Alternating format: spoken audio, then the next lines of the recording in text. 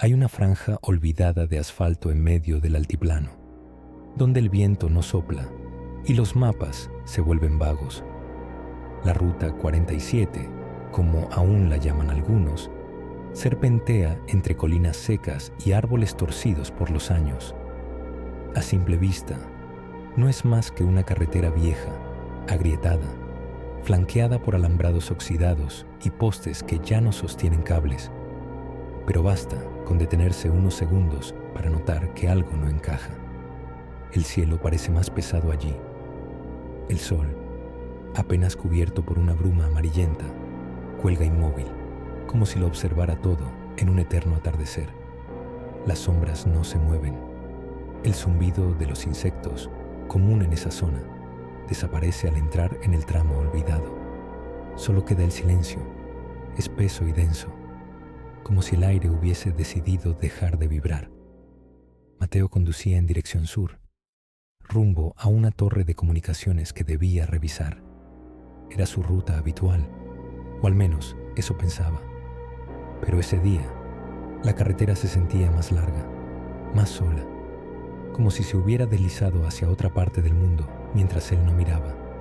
La radio comenzó a emitir estática, luego un murmullo, no palabras, no música, solo un sonido repetitivo, artificial, parecido a una respiración entrecortada.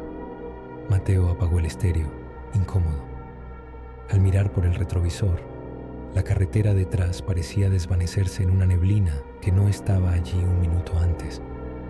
El aislamiento se volvió casi físico, como si hubiera cruzado una frontera invisible, como si lo hubieran estado esperando. Mateo redujo la velocidad. Había una sensación persistente de que estaba yendo demasiado rápido, aunque el velocímetro apenas marcaba 40. El asfalto delante parecía ondularse levemente, como si estuviera respirando. Se frotó los ojos. Culpa del calor, se dijo, o de no haber dormido bien la noche anterior.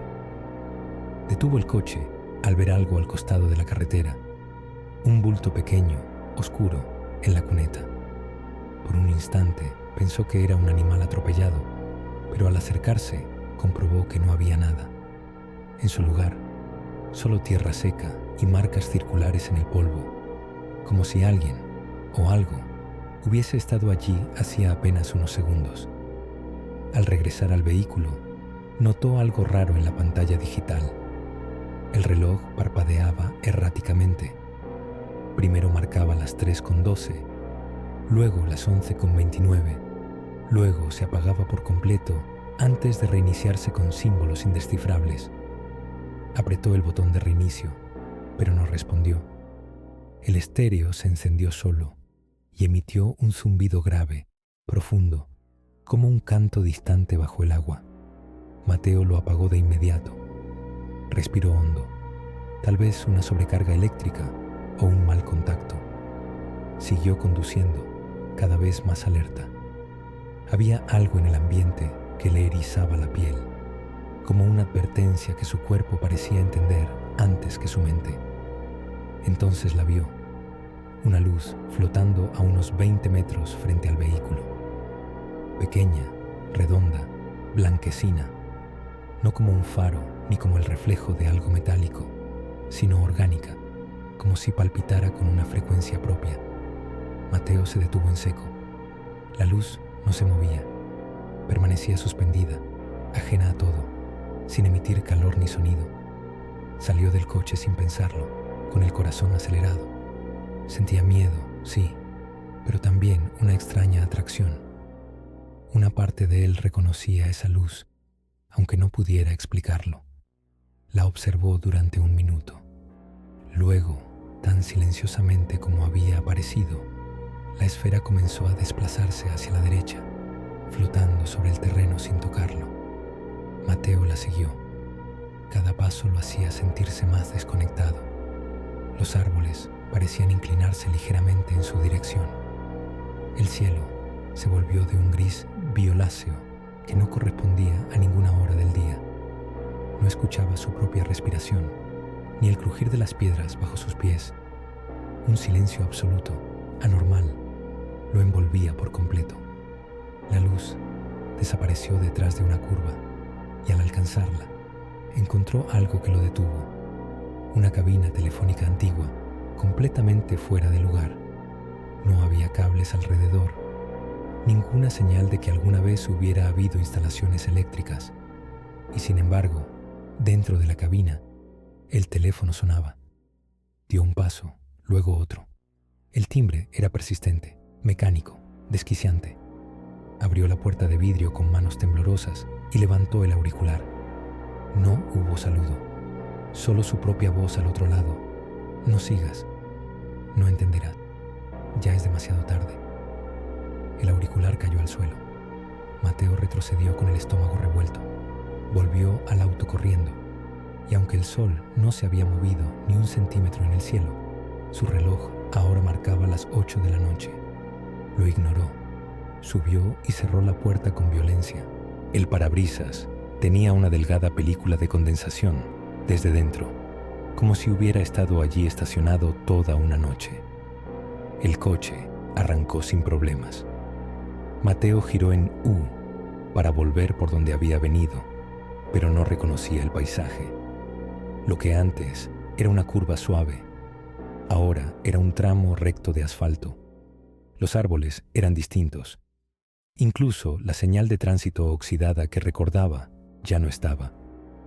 Pensó en su madre, en la última llamada que le había hecho días atrás. Trató de recordarla, pero las imágenes se mezclaban. Había sido realmente hace días o semanas. Durante la conducción, algo más llamó su atención.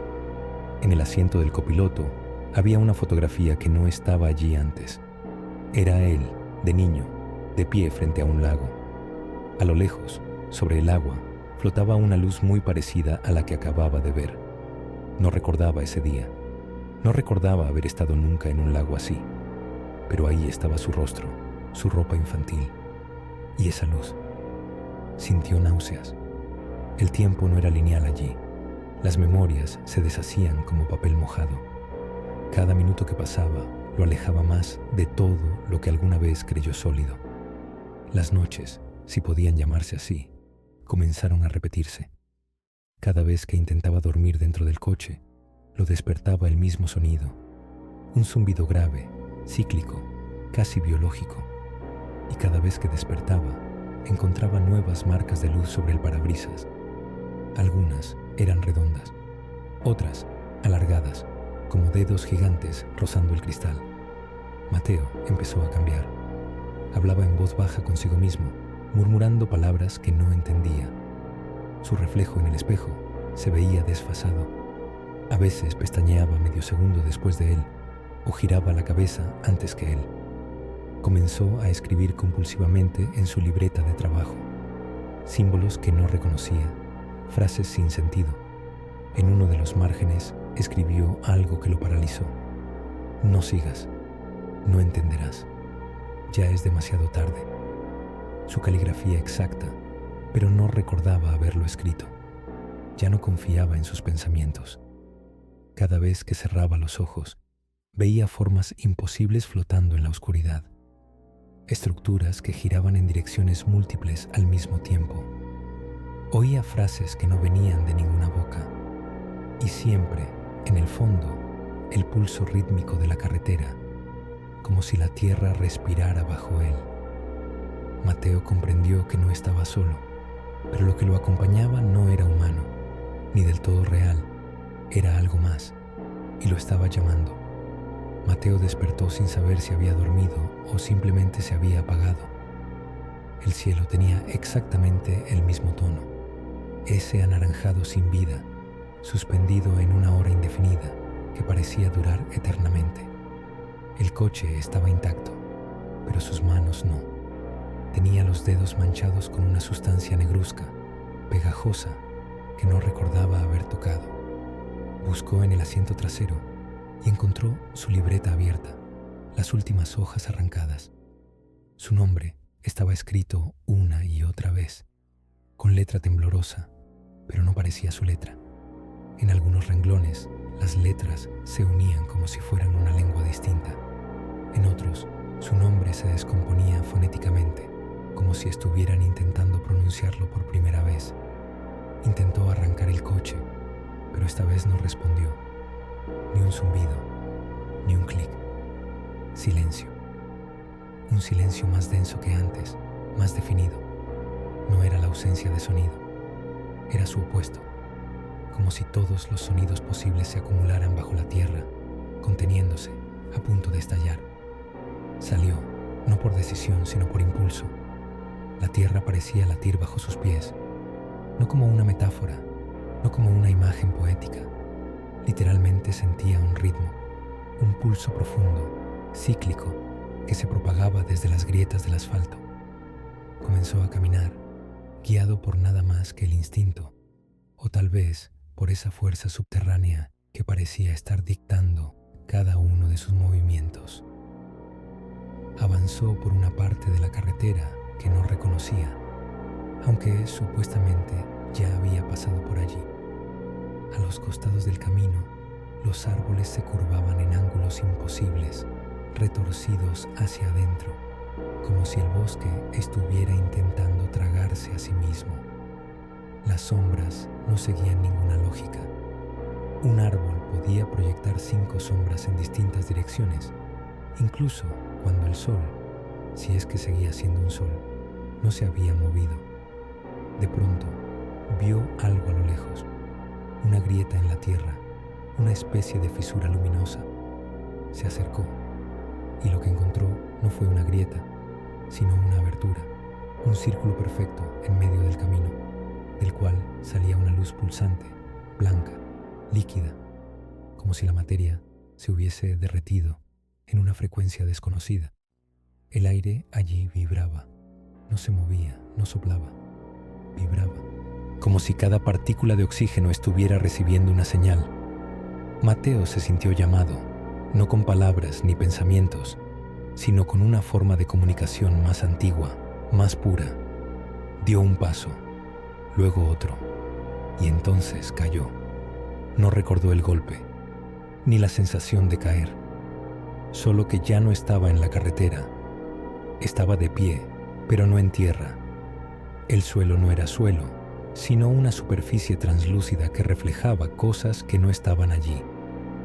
El cielo era líquido, con manchas oscuras que se deslizaban como parásitos bajo una piel celeste.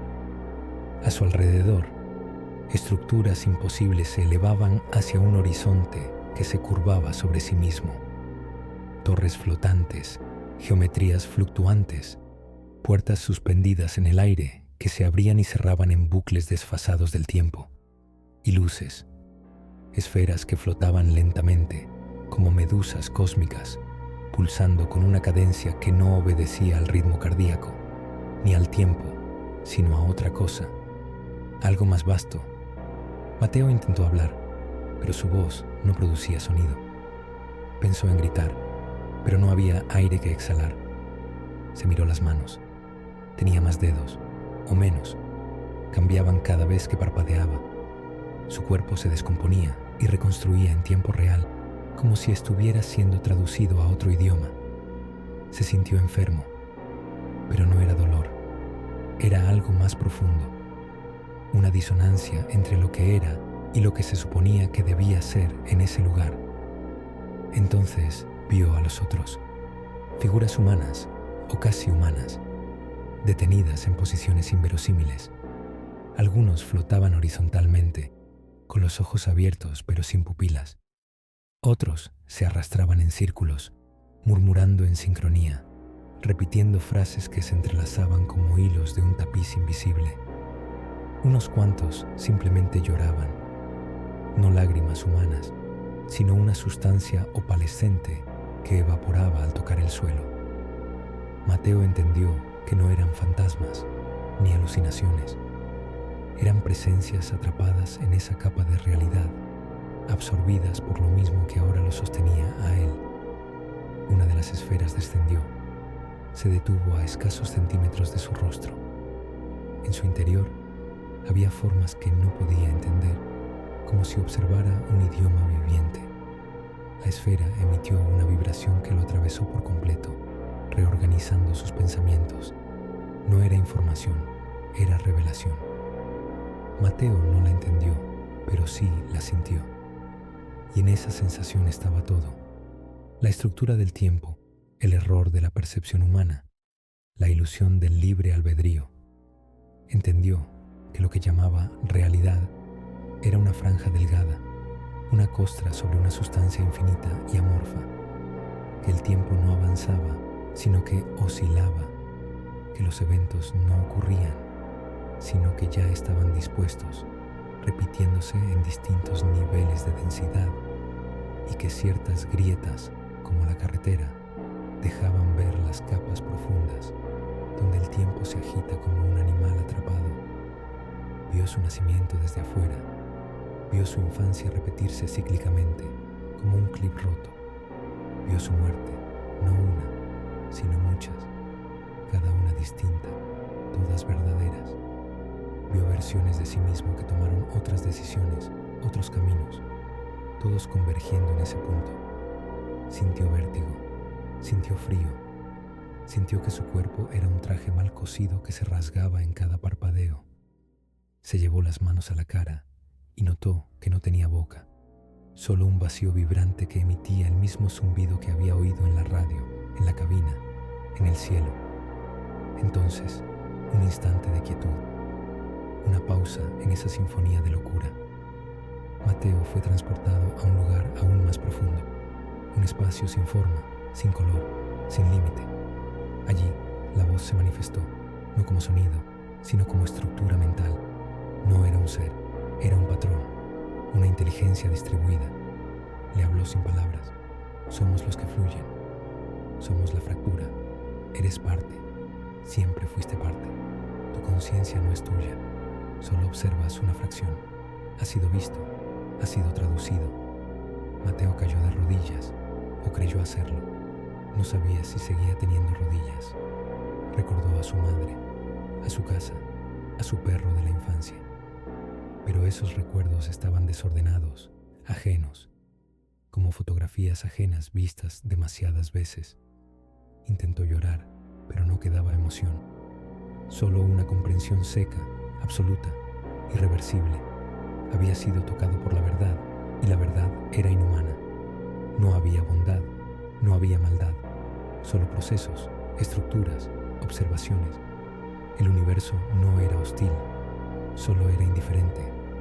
Y la conciencia, ese regalo aparente, era un error de percepción. La esfera se alejó, flotando lentamente. Mateo la siguió con la mirada. A lo lejos, el paisaje comenzó a doblarse sobre sí mismo, como una hoja de papel que se pliega en ángulos infinitos. Las figuras humanas comenzaron a desaparecer, una por una, desintegrándose en partículas de luz que eran absorbidas por grietas invisibles en el aire. La vibración se intensificó. El entorno se volvió blanco, no blanco como color, blanco como concepto. Mateo dejó de pensar, o creyó dejar de pensar. Fue reconfigurado. Despertó en la carretera. El auto estaba donde lo había dejado, pero cubierto de polvo. La luz era distinta, más real. El cielo tenía un azul honesto. El viento soplaba otra vez. Escuchó pájaros. El reloj del tablero marcaba una hora lógica. Por un momento pensó que todo había sido un sueño, pero no lo era. Su rostro en el espejo tenía una simetría apenas incorrecta. Sus ojos no estaban perfectamente alineados. Una de sus pupilas tenía un tono apenas más claro, y en su nuca, bajo la piel, sentía un cosquilleo constante, como si algo respirara allí. Condujo sin rumbo durante horas. Pasó por pueblos conocidos, cruzó estaciones de servicio, habló con personas, respondió mensajes. Todo parecía haber vuelto a la normalidad, pero no podía evitar la certeza. Lo habían dejado regresar, sí, pero no como antes. Algo de él se había quedado allá, y algo de allá lo acompañaba ahora. Empezó a escribir símbolos en servilletas, en las paredes del baño, en la palma de su mano. A veces despertaba hablando en idiomas que no conocía, o veía luces blancas flotando sobre su cama. Una noche Frente al espejo, se observó por más de 1 hora sin moverse. Su reflejo, al final, sonrió. Primero. Entonces entendió. No había regreso, solo ciclos, solo fases, solo capas del mismo abismo, y él ahora habitaba 2 de ellas al mismo tiempo. Nunca más volvería a ser uno solo. Nunca más volvería a estar en un solo lugar. La carretera, esa franja olvidada, seguía allí, esperando a otro. Desde su regreso, Mateo ya no volvía por la carretera, no porque temiera lo que había visto, sino porque comprendía que no era necesario. La carretera estaba en todas partes. A veces la sentía en los pasillos silenciosos del supermercado, cuando el ruido de fondo desaparecía súbitamente y el aire parecía más espeso. Otras veces, mientras caminaba de madrugada por su calle, percibía aquel zumbido grave, leve, escondido en la frecuencia del viento. La carretera no era un lugar, era una condición, un estado al que se accedía cuando las grietas de lo real se alineaban de cierta forma, y una vez que la habías atravesado, nunca más podías salir del todo. Volvió al trabajo, volvió a responder correos, a pagar cuentas, a fingir, pero todo lo hacía con un leve desfase, como si el cuerpo se moviera por hábito, mientras la conciencia flotaba unos centímetros por encima de la realidad. Sus compañeros notaron el cambio, aunque nadie supo cómo nombrarlo.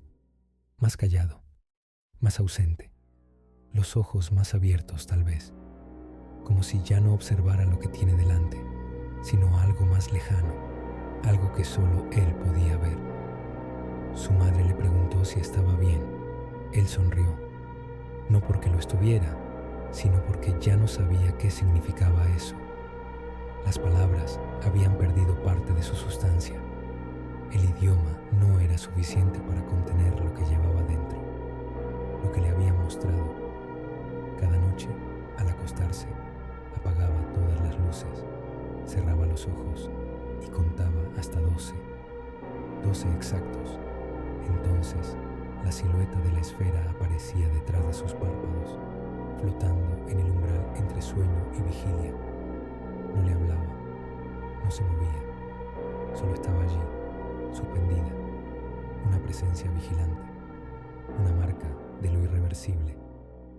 Comenzó a escribir compulsivamente en hojas sueltas, en márgenes de libros, en la parte trasera de facturas olvidadas, frases sin verbo, ecuaciones que no sabía interpretar, formas geométricas que se repetían con una exactitud casi enfermiza.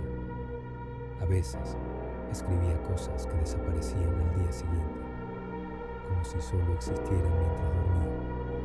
Una madrugada despertó con las uñas rotas.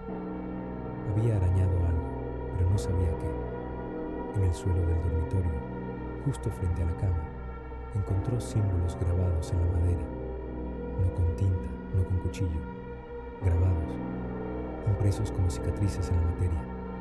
Los miró durante largo rato, sin tocarlos, sin siquiera respirar con profundidad. Luego se puso de pie y los cubrió con una alfombra, sin decir una palabra. No por miedo, no por negación, sino porque ya había comprendido que el silencio no era ausencia de respuesta, sino su forma más pura. Con el tiempo, los días comenzaron a perder sentido. Los relojes seguían marcando las horas, pero él ya no los miraba. No porque los despreciara, sino porque su medida ya no era aplicable a lo que sentía. Había algo profundo, subterráneo, que latía dentro de él como un reloj sin manecillas, un compás extraño, un tic-tac ajeno, un tiempo distinto que se superponía al cotidiano y lo deformaba apenas, lo suficiente para hacerle dudar de la estabilidad de su entorno. Las personas a su alrededor seguían con sus rutinas, pero a veces, en el borde de su visión, una cara se quedaba congelada más de lo normal. Una palabra se repetía en bucle en una conversación ajena. Un reflejo tardaba en reaccionar, y él lo notaba todo, no con sorpresa, sino con resignada aceptación. Una noche, En una estación de servicio a las afueras del pueblo, vio a un hombre bajarse de una camioneta blanca. El rostro le resultó familiar, pero no sabía por qué. El hombre caminó hacia la tienda, pero al pasar junto a Mateo, lo miró de reojo. Y en ese segundo, algo se cruzó entre ambos. No un recuerdo, no una emoción, una certeza compartida. Una mirada que decía, tú también estuviste allí. No hablaron, no fue necesario. Alguien más había visto lo mismo. Alguien más había sido tocado. Y seguía fingiendo, igual que él. Desde entonces, supo que no estaba solo, que la grieta no era exclusiva, que la carretera, ese umbral flotante, se desplegaba en múltiples lugares, buscando a otros, probando, abriendo puertas diminutas que nadie notaba, a veces en el espacio entre dos semáforos, a veces en la luz que parpadea en la pantalla de un televisor apagado, a veces en una llamada sin voz, desde una cabina que ya no existe. Mateo ya no teme, pero tampoco descansa. Vive en el borde de esa vibración constante. Ha aprendido a convivir con ella, a dejarse guiar por lo que no entiende, a aceptar que hay cosas que no deben ser explicadas, solo observadas, solo sentidas, porque entenderlas implicaría romper algo esencial, algo que mantiene la mente unida. La realidad, después de todo, no es sólida, solo es estable por costumbre. Y hay momentos, breves, inofensivos, casuales, en los que esa costumbre se rompe. Y entonces, por un segundo, uno ve. Mateo lo vio, lo sigue viendo y sabe que volverá. Tal vez en una curva mal iluminada, tal vez al quedarse dormido frente a una pantalla, o tal vez cuando alguien lo llame por su nombre, sin boca, sin sonido, solo pensamiento. Y cuando ocurra, no resistirá, porque el que ha mirado demasiado profundo ya no puede volver a cerrar los ojos.